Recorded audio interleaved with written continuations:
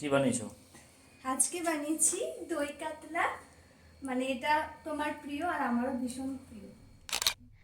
স্নান হয়ে গেছে আর রান্নাঘরে এসে দেখছি ও নিয়ে এসছে কাতলা। আর কাতলা আনলে আমার মনে হয় দই কাতলা বানায়, আর ওরও খুব প্রিয় দই কাতলা। আর বলে রাখি, আমরা থাকি আমেদাবাদে অর্থাৎ গুজরাটে। এখানে মাছও পাওয়া যায়, মাংসও পাওয়া যায়, ডিমও পাওয়া যায়। আর এখানে মাংস, মাছ, ডিম যাই খাও কোনো বারণ নেই। তো চলো আজকে টেস্টি টেস্টি দই কাতলা বানানো যাক।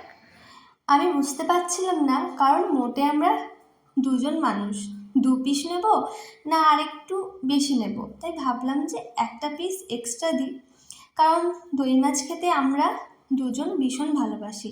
আর মাছটা যখন ওই কাতলা, আর এখানে মাছগুলো না কেমন করে যেন ওরা পিস করে দেয়। সর্ষের তেল দিয়ে হলুদ নুন মাখিয়ে নিয়েছিলাম, তারপর তেল গরম করলাম। এটা পুরো সাদা তেলে রান্না করেছি, একটু হলুদ ছিটিয়ে দিলাম তেলে যেন মাছটা না লেগে যায়। এটা আমার বরের কাছ থেকে শিখেছি। পেঁয়াজ কুচি করে নিয়েছিলাম। আর মাছগুলোকে না খুব কড়া করে আমি ভাজিনি, দই মাছে কড়া ভাজা হলে ভালো লাগবে না, হালকা ভেজেছি এরকমভাবে 2 পিঠ ভেজে নিয়েছিলাম। কারণ একটু সফট থাকলে দই মাছ খেতে খুব ভালো লাগে।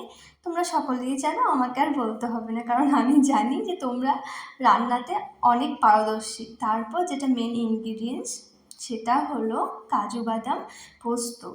তবে আমি এখানে 2 কুচি টমেটো আর 2টো কাঁচা লঙ্কা অ্যাড করেছি, কারণ পোস্তটা শিলেই খুব ভালো বাটা হয়। কিন্তু তোমরা ভালো করে জানো, আমরা এবার খুব তাড়াহুড়োতে ফ্লাইটে এসেছি, তাই সেরকম জিনিসপত্র, ননস্টিকের কড়াই, তারপর নানারকম রান্নার সরঞ্জাম, তারপর শিলনোড়া এগুলো আনতে পারিনি, এবার গিয়ে আনবো। তাই তোমরা হয়তো বলবে যে কড়াইটা কেমন যেন, তবে এটা ওর ইউজ করা তো অনেক দিনের, তাই এবার গিয়ে সমস্ত আনবো। তারপর তেল গরম করে নিলাম, দিয়ে দিলাম শুকনো 2টো লঙ্কা, তেজপাতা, এলাচ, দারচিনি আর 2টো লবঙ্গ।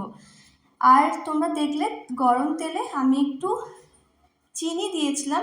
এটা আমার ট্রিক, আমি এটা দিই যাতে রান্নার কালারটা ভালো আসে। তারপর পেঁয়াজ কুচি দিয়ে দিলাম, তারপর একটু নাড়িয়ে নিয়েছিলাম। পেঁয়াজের কাঁচা গন্ধটা তো থাকে, একটু ভালো করে ভেজে নিলে সেই গন্ধটা থাকে না, তোমরা তো জানো। এরপর দিয়েছিলাম একটু আদা আর রসুন বাটা। তার মধ্যে একটু শুকনো লঙ্কা ছিল, সেটা আমার আগে থেকে ছিল বাটা বলে তোমরা শুকনো লঙ্কাটা না দিলেও পারো। আমি একদম কম দিয়েছি, 1 চামচও নয়। মানে আমাদের তো ধরো দুজন মানুষ, আমাদের পরিমাণটা খুবই কম। খুব বেশি রিচ আমি করতে চাই না, কারণ খুব বেশি রিচ এটা খাওয়া যাবে না। আর দিয়ে দিলাম 2 চামচ জিরে আর ধনে গুঁড়ো। এটা মিক্স করা থাকে, আমরা এই মশলাটা ডিমার্ট থেকে আনি, এটা বেশ মিক্স পাওয়া যায়, এটা খুব ভালো। তো ভালোভাবে ভেজে নিলাম, মশলাটা দিয়ে দিলাম একটু মতো কাশ্মীরি লঙ্কার গুঁড়ো। এটা ছিল এভারেস্টের, আর তোমরা জানো যে এভারেস্ট একটা বিশ্বস্ত, তাই সবসময় বিশ্বস্ত কোম্পানিরই এই কাশ্মীরি লঙ্কার গুঁড়ো ইউজ করাটা দরকার। তারপর ভেজে নিলাম, আর দিয়ে দিলাম কি বলো তো, যে মেন ইনগ্রিডিয়েন্টসটা বানিয়েছিলাম, ওই যে পোস্ত আর কাজু টমেটোর পেস্টটা। এবার ভালো করে ভেজে নিলাম, স্বাদ মতো লবণ দিলাম। আগে তো লবণ দিইনি, স্বাদ মতো লবণ দেবে, খুব লবণ তো ভালো লাগে না, একটু টেস্ট করে দেখতে পারো। তো স্বাদ মতো লবণ দিয়ে ভালোভাবে ভেজে নিয়েছিলাম মশলাটা। যখন মশলাটা থেকে তেল ছাড়বে, তখন সেখানে আমাদের দিয়ে দিতে হবে যেটা মেন, আস্ত বানাচ্ছি দই কাতলা, তাই দই দিতেই হবে। দই দিয়ে দিলাম। আর তখন কিন্তু গ্যাসের ফ্লেমটা একদম লো রাখতে হবে, দইটা ফেটে গেলে ভালো লাগবে না। তাই দইটা এবার ভালো করে, মানে ভালোভাবে মশলার সঙ্গে মিশিয়ে নেওয়ার পর একটু জল দিয়ে দিলাম। তারপর কিন্তু তোমরা 3 থেকে 4 মিনিট এটা ফুটতে দেবে, কারণ সমস্ত মশলার সঙ্গে দইটাকে মিক্স হতে হবে। এরপর ওই 3-4 মিনিট এই মশলাটা একটু জল থাকবে, ফুটবে। তারপর দেখবে আস্তে আস্তে এই রঙটা আসবে, একটা হলুদও নয়, সাদাও নয়, লাল নয়।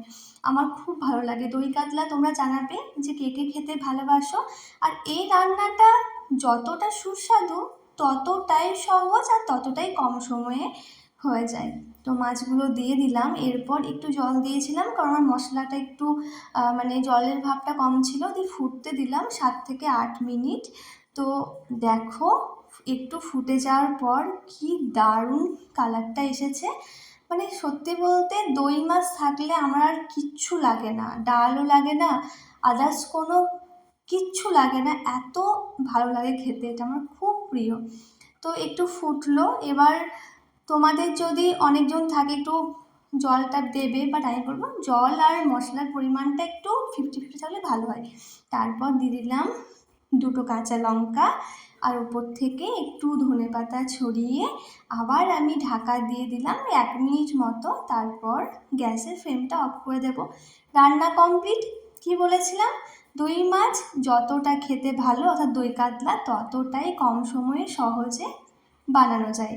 তোমরা জানিও কার কার খেতে ভালো লাগে দই কাতলা, আমি জানি অনেকের ভালো লাগে, আমারও ভীষণ ভালো লাগে।